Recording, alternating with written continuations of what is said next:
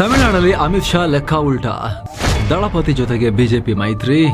ಈಗೇನ್ ಮಾಡ್ತಾರೆ ಅಣ್ಣಾಮಲೈ. ನಮಸ್ಕಾರ ಸ್ನೇಹಿತರೆ. ಚಿತ್ರಣ ಅಕ್ಷರಶಃ ತಮಿಳುನಾಡು ಪಾಲಿಟಿಕ್ಸ್ ಚಿತ್ರಣ ಆಗೋ ರೀತಿ ಕಾಣಿಸ್ತಾ ಇದೆ. ಮೊನ್ನೆ ತನಕ ಕಮಲ ಜೊತೆಗೆ ಎಲೆ, ಡಿಎಂಕೆ ವಿರುದ್ಧ ಪನ್ನೀರು, ವಿಜಯ್ ವರ್ಸಸ್ ಅಣ್ಣಾಮಲೈ ಅನ್ನೋ ವಾತಾವರಣ ಇತ್ತು. ಈಗ ಎಲ್ಲ ಉಲ್ಟಾ ಪಲ್ಟಾ ಆಗತ್ತಾ ಅನ್ನೋ ಲೆಕ್ಕಾಚಾರ. ಬಿಜೆಪಿಯೊಂದಿಗಿನ ಮೈತ್ರಿಗೆ ಅಣ್ಣಾ ಡಿಎಂಕೆ ಸವಾಲು ಹಾಕಿದೆ. ಡಿಎಂಕೆ ಮತ್ತು ಪನ್ನೀರ್ ಸೆಲ್ವಂ ಹತ್ರ ಆಗ್ತಿದ್ದಾರೆ. ಮೊನ್ನೆ ತನಕ ಅಮಿತ್ ಶಾ ಜೊತೆಗೆ ಚೆನ್ನಾಗಿ ಮಾತನಾಡ್ತಾ ಇದ್ದ ಪಳನಿಸ್ವಾಮಿ ಬಿಜೆಪಿಗೆ ಅಧಿಕಾರ ಬಿಡೋಕೆ ನಾವೇನು ಮೂರ್ಖರ, ಅವ್ರ ಜೊತೆ ನಾವು ಸರ್ಕಾರ ಮಾಡಲ್ಲ, ಪವರ್ ಎಲ್ಲ ಅವ್ರ ಜೊತೆ ಶೇರ್ ಮಾಡಲ್ಲ ಅಂತ ಉಲ್ಟಾ ಹೊಡೆದಿದ್ದಾರೆ. ಇಂಟ್ರೆಸ್ಟಿಂಗ್ ಅನ್ನೋ ಹಾಗೆ ಬಿಜೆಪಿ ವಿಜಯ್ ಕಡೆಗೆ ತಿರುಗಿ ಹಾಯ್ ಹೇಳ್ತಾ ಇದೆ. ಬಿಜೆಪಿ ಮಹಿಳಾ ನಾಯಕಿಯನ್ನ ಅಖಾಡಕ್ಕಿಳಿಸಿದೆ. ಹಾಗಿದ್ರೆ ಚುನಾವಣೆಗೂ ಮುಂಚೆ ತಮಿಳುನಾಡಿನಲ್ಲಿ ಆಗ್ತಿರೋದೇನು? ಮೈತ್ರಿ ಆಟದಲ್ಲಿ ಎಲ್ಲರೂ ದಿಕ್ಕಾಪಾಲಾಗ್ತಿರೋದು ಯಾಕೆ? ಕಮಲದ ನಾಟಿ ಮಾಡಬೇಕು, ಮೈತ್ರಿ ಸರ್ಕಾರ ಮಾಡಬೇಕು ಅಂತಿದ್ದ ಅಮಿತ್ ಶಾ ಅವರ ಲೆಕ್ಕಾಚಾರ ತಮಿಳುನಾಡಲ್ಲಿ ಉಲ್ಟಾ ಆಗ್ತಿದೆಯಾ?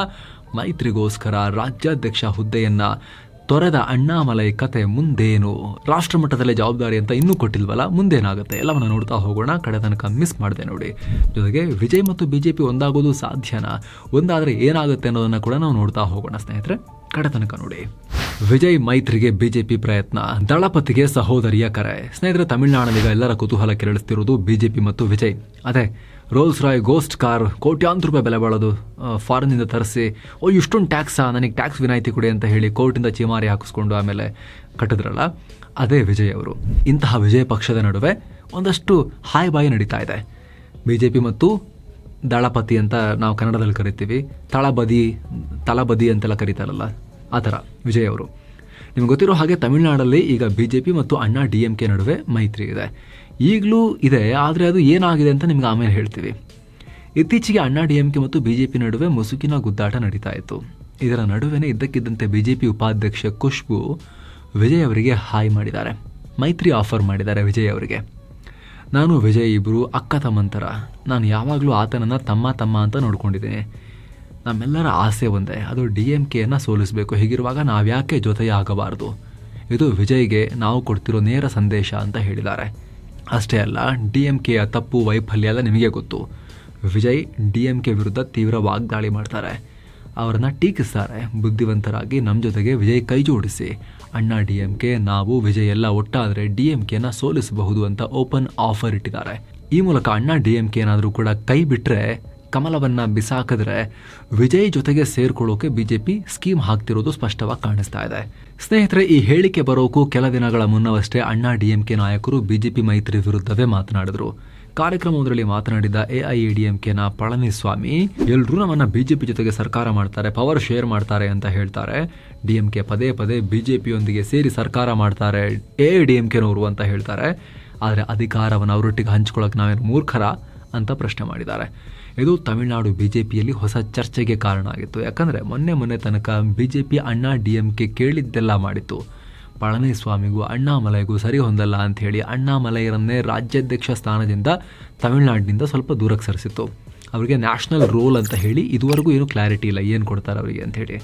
ಹಾಗೆ ರಾಜ್ಯದಲ್ಲಿ ಯಾರು ನಾಯಕರಾಗಬೇಕು, ಕೊಂಗು ನಾಡಿನವರನ್ನು ಅಧ್ಯಕ್ಷರನ್ನಾಗಿ ಮಾಡಬೇಡಿ, ಅದು ರೀಜನ್ ತಮಿಳುನಾಡಿನಲ್ಲಿ, ಅಲ್ಲಿನವ್ರನ್ನ ಮಾಡಬೇಡಿ, ದಕ್ಷಿಣದಿಂದ ಮಾಡಿ ಅನ್ನೋ ಬೇಡಿಕೆಯನ್ನು ಕೂಡ ಬಿಜೆಪಿ ಪುರಸ್ಕರಿಸಿತು. ಖುದ್ದು ಅಮಿತ್ ಶಾ ಅವರು ತಮಿಳುನಾಡಿಗೆ ಹೋಗಿ ಅಲ್ಲಿ ಅಣ್ಣಾ ಡಿಎಂಕೆ ಲೀಡರ್ಗಳನ್ನು ಮೀಟ್ ಮಾಡಿ ಸಾಕಷ್ಟು ಪ್ಯಾಚಪ್ ಕೆಲಸ ಮಾಡಿ ಬಂದಿದ್ರು. ಇದಕ್ಕೆಲ್ಲ ಕಾರಣ ಮುಂದಿನ ವಿಧಾನಸಭಾ ಚುನಾವಣೆ. ಲೋಕಸಭಾ ಚುನಾವಣೆಯಲ್ಲಿ ಫಲ ಕಾಣದ ಬಿಜೆಪಿ ವಿಧಾನಸಭಾ ಚುನಾವಣೆಗೂ ಒಬ್ಬಂಟಿ ಆದರೆ ಮತ್ತೆ ಅದು ಡಿಎಂಕೆಗೆ ಲಾಭ ಆಗಬಹುದು ಅಂತ ಮೈತ್ರಿ ಕಟ್ಟೋಕೆ ಮುಂದಾಗಿದ್ರು. ಸ್ನೇಹಿತರ, ವರದಿಯಲ್ಲಿ ಮುಂದುವರಿಯುವ ಮುನ್ನ ಸೆವೆನ್ ಸೈನ್ಸ್ ಟೂರಿಸಂ ಕಂಪನಿ ಮಧ್ಯಪ್ರದೇಶದ ಅದ್ಭುತ ತಾಣಗಳಿಗೆ ಟ್ರಿಪ್ ಆಯೋಜನೆ ಮಾಡಿದೆ. ಆಫರ್ ಪ್ರೈಸ್ ಕೇವಲ 32,200 ರೂಪಾಯಿ ಮಾತ್ರ.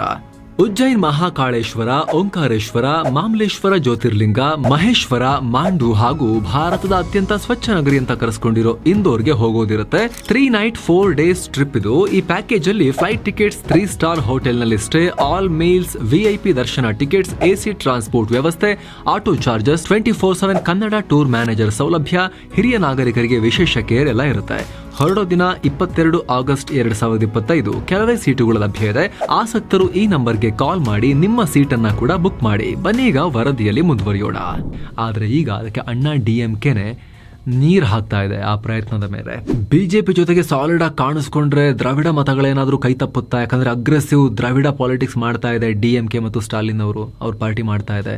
ಹಾಗಾಗಿ ಏನಾದರೂ ನೆಗೆಟಿವ್ ಆಗುತ್ತಾ ಅನ್ನೋ ಭಯ AIADMKನ ಕಾಡ್ತಾ ಇದೆಯಾ, ಅದಕ್ಕೋಸ್ಕರ ಈ ರೀತಿ ಹೇಳಿಕೆನ ಸ್ಪಷ್ಟ ಇಲ್ಲ. ಆದರೆ ಅಣ್ಣಾ DMK ನಿಧಾನಕ್ಕೆ ಬಿಜೆಪಿ ಜೊತೆಗೆ ಜಾಸ್ತಿ ಕಾಣಿಸ್ಕೊಳ್ಳಿಕ್ಕೆ ಇಷ್ಟಪಡ್ತಿಲ್ಲ ಅನ್ನೋದೊಂದು ಸ್ಪಷ್ಟವಾಗಿ ಕಾಣಿಸ್ತಾ ಇದೆ. ಹೀಗಾಗಿ ಬಿಜೆಪಿ ಹೊಸ ಆಪ್ಷನ್ ಹುಡುಕ್ತಾ ಇದೆ.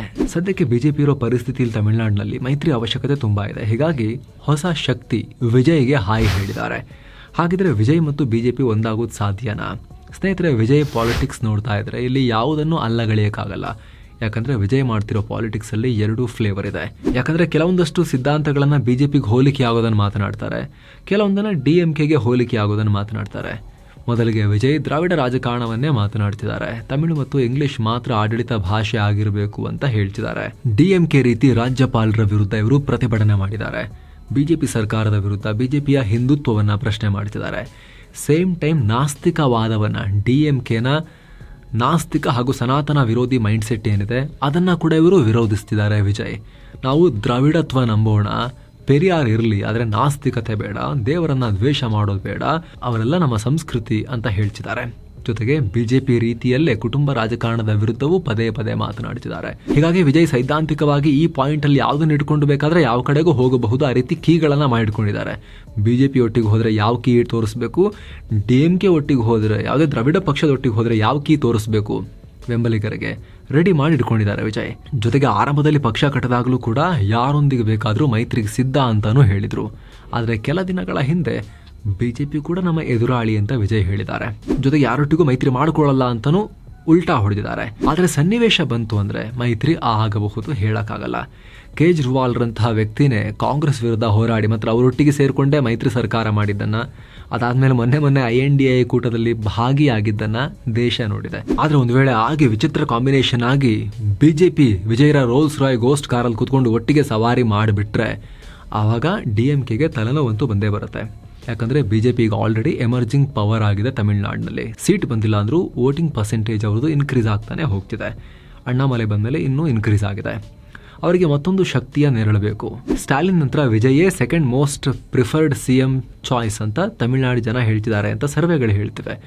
ರಾಜ್ಯಾದ್ಯಂತ ರೀಚ್ ಇರೋ ನೇಮ್ ವಿಜಯ್. ಮೋದಿ ಮತ್ತು ಅಮಿತ್ ಶಾ ಅವರ ಬೆಂಬಲ ಸೇರ್ಕೊಂಡ್ರೆ ಇದು ದೊಡ್ಡ ಅಡ್ವಾಂಟೇಜ್ ಆಗ್ಬೋದು. ದ್ರಾವಿಡ ಮತ್ತು ಆಂಟಿ ದ್ರಾವಿಡ ಮತಗಳು ಒಟ್ಟಿಗೆ ಬೀಳೋ ಚಾನ್ಸಸ್ ಇರುತ್ತೆ. ಆದರೆ ಎಲ್ಲ ಬೆಳವಣಿಗೆಗಳ ನಡುವೆ ಅಣ್ಣಾಮಲೈ ಅವರ ಭವಿಷ್ಯದ ಬಗ್ಗೆ ಕೂಡ ಕುತೂಹಲ ಹೆಚ್ಚಾಗಿದೆ. ಅಣ್ಣಾ DMKನೊಂದಿಗೆ ಮೈತ್ರಿ ಕಾರಣವನ್ನ ಕೊಟ್ಟು ಅಣ್ಣಾಮಲೈ ಅವರನ್ನ ರಾಜ್ಯಾಧ್ಯಕ್ಷ ಸ್ಥಾನದಿಂದ ಕೆಳಗಿಳಿಸಿ ರಾಷ್ಟ್ರೀಯ ಮಟ್ಟದಲ್ಲಿ ಏನಾದರೂ ನಿಮಗೆ ಕೆಲಸ ಕೊಡ್ತೀವಿ ಅಂತ ಹೇಳಿ ಬಿಜೆಪಿ ಹೇಳಿತ್ತು. ಆದ್ರೆ ಈಗ ಬಹುತೇಕ ಮೈತ್ರಿ ವರ್ಕೌಟ್ ಆಗುತ್ತೋ ಇಲ್ವೋ, ಅಧಿಕಾರ ಶೇರ್ ಮಾಡಲ್ಲ ಅಂತ ಹೇಳ್ತಿರೋದು ಪಳನಿಸ್ವಾಮಿ, ಬಿಜೆಪಿಯೊಟ್ಟಿಗೆ ಜಾಸ್ತಿ ಕಾಣಿಸ್ಕೊಳ್ಳಿಕ್ಕೆ ಇಷ್ಟಪಡದೇ ಇರೋದು ಮುಂದೇನೋ ಪ್ರಶ್ನೆ ಮೂಡಿಸಿದೆ. ಬಿಜೆಪಿ ರಾಷ್ಟ್ರೀಯ ಅಧ್ಯಕ್ಷರ ಹುದ್ದೆ ಕೂಡ ಖಾಲಿ ಇದೆ, ತಮಿಳುನಾಡಿನಿಂದ ಮಾಡಬಹುದು ಅನ್ನೋ ಲೆಕ್ಕಾಚಾರವನ್ನ ಕೆಲವರು ಮುಂದಿಡ್ತಿದ್ದಾರೆ. ಅಂತಹ ಬಹಳ ಕ್ರಾಂತಿಕಾರಿ ಹೆಜ್ಜೆಯನ್ನ ಬಿಜೆಪಿ ಇಟ್ಟುಬಿಡುತ್ತಾ? ರೀಸೆಂಟ್ ಆಗಿ ಬಿಜೆಪಿಗೆ ಬಂದವರನ್ನ ಸೀದಾ ಕರ್ಕೊಂಡೋಗಿ ತಮಿಳುನಾಡಿನ ರಾಜ್ಯಾಧ್ಯಕ್ಷರನ್ನಾಗಿ ಮಾಡ್ತು ಬಿಜೆಪಿ. ಅದನ್ನು ಹಾಗೆ ಇನ್ನೊಂದು ಸ್ಟೆಪ್ ಮುಂದೆ ಇಡುತ್ತಾ ಆ ಲೆವೆಲಿಗೆ ಬಿಜೆಪಿ ಯೋಚನೆ ಮಾಡುತ್ತಾ, ಅಥವಾ ವಾಪಸ್ ತಮಿಳುನಾಡಿಗೆ ಬಿಡುತ್ತಾ? ವಿಜಯ್ ಅಣ್ಣಾಮಲೈ ಯುವ ಮುಖಗಳು ಅಂತೇಳಿ ಕಾಂಬಿನೇಷನ್ ಮಾಡಿ ಸ್ಟಾಲಿನ್ ಮುಂದೆ ಬಿಡುತ್ತಾ? ಯಾವುದು ಸ್ಪಷ್ಟ ಇಲ್ಲ. ಅಥವಾ ಕೇವಲ ವಿಜಯ್ಗೆ ಸಿಗ್ನಲ್ ಕೊಡೋ ಮೂಲಕ ಇವರ ಮಿತ್ರ ಪಕ್ಷ ಅಣ್ಣಾ DMKಗೆ ನಮ್ಮನ್ನು ಚೆನ್ನಾಗಿ ನೋಡ್ಕೊಂಡ್ರೆ ಸರಿ ಅಂತ ಹೇಳಿ ಸುಮ್ಮನೆ ಬ್ಲ್ಯಾಕ್ ಮೇಲ್ ಮಾಡೋ ಪ್ರಯತ್ನನ ಬಿಜೆಪಿದು, ಅದು ಕೂಡ ನೋಡಬೇಕು. ಆ ರೀತಿ ಕೂಡ ವಿಶ್ಲೇಷಣೆ ಮಾಡ್ಬೋದು. ನಿಮಗೇನು ಅನ್ಸುತ್ತೆ ಕಾಮೆಂಟ್ ಮಾಡಿ ತಿಳಿಸಿ. ಮತ್ತೆ ಭೇಟಿ ಆಗ್ತಿರೋಣ. ನಮಸ್ತೆ.